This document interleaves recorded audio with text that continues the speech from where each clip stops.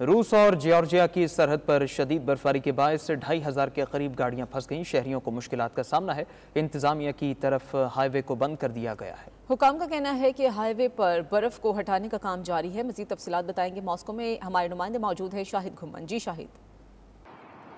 जी बिल्कुल, रूस और जॉर्जिया की सरहद पर वाक़या चौकी विरखनी लार्स ख़राब मौसम की वजह से गुज़श्ता चंद दिनों से बंद है।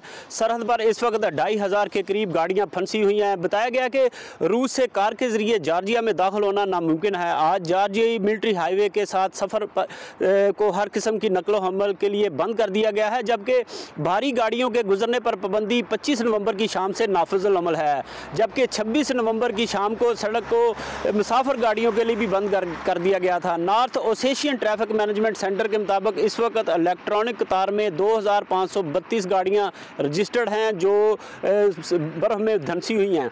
रूस की एमरजेंसी मिनिस्ट्री ने विरखनी लास के करीब एक वार्मिंग पॉइंट खोला है, जहां ड्राइवर गर्म चाय पी सकते हैं और अपने मोबाइल वगैरह चार्ज कर सकते हैं, जबकि साइकोलॉजिस्ट भी साइट पर काम कर रहे हैं। अगर रूस के मुख्तलिफ शहरों के दर्जा हरारत की बात की जाए तो आज मास्को का दर्जा हरारत -1 डिग्री सेंटीग्रेड है, सेंट पीटरबर्ग का 3, कजान का -2, ऊफा का -7, एक्तेरियनबर्ग का -7, कृष्णायार्क का -9 और रूस के सबसे सर्द तरीन इलाके याकुतिया का दर्जा हरारत -27 दर्जा सेंटीग्रेड है। जी।